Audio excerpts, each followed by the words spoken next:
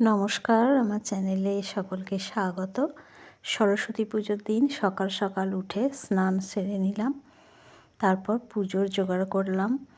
তো সকালে একটু উঠে ভয় লাগছিল শীতের জন্য স্নান করতে, কিন্তু তারপর স্নান করার পর খুব ভালো লাগছিল। পাড়া থেকে মাইকের আওয়াজ আসছে, গান ভেসে আসছে, তো বেশ একটা অন্যরকম পরিবেশ, খুব ভালো লাগছিল। তারপর পুরোহিত মশাই এলেন।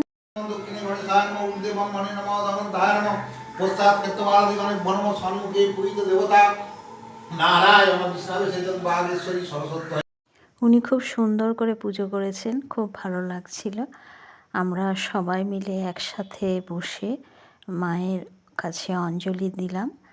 ঠাকুরের মুখটা কিন্তু খুব সুন্দর।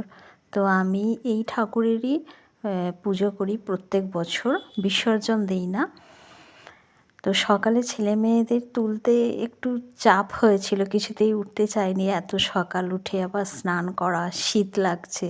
তো যাই হোক, ওদেরকে তুলে স্নানে পাঠালাম এবং তারপর ওরা রেডি হয়ে আসার পর সবাই মিলে পুষ্পাঞ্জলি দিলাম। বেশ ভালোই লাগছে। আমাদের এখানে সরস্বতী পুজোর খুব চল, প্রায় প্রতিটা পাড়াতেই সরস্বতী পুজো হয়, খুব সাড়ম্বরে অনুষ্ঠান হয় 3 দিন ধরে।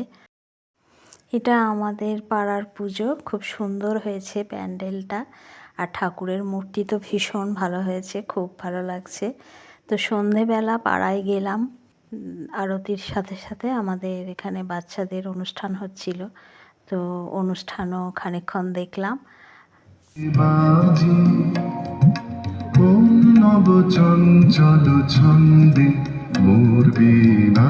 বাইরে রাস্তায় ইংরেজ পুলিশের চর সতর্ক সজাগ চোখে দেখছিল।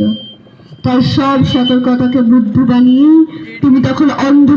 আজ আবার 23শে জানুয়ারি, নেতাজি জন্মজয়ন্তী। সেই বীর বিপ্লবীর উদ্দেশ্যে আমাদের ক্ষুদে শিল্পীর আজকের নিবেদন। তো খুব ভালো লাগলো, কবিতাটা খুব সুন্দরভাবে বলেছে।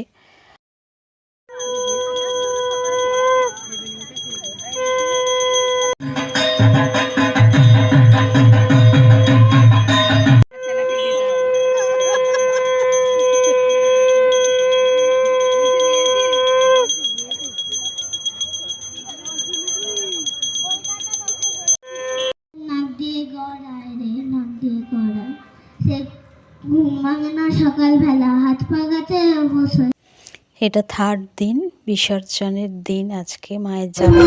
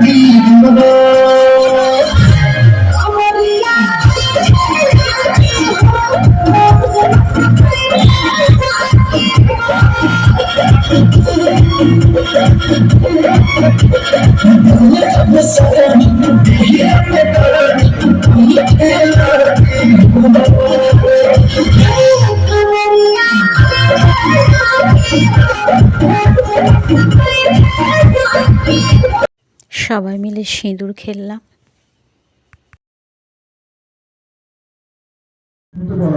সিঁদুরটা একটু করে ঠেকা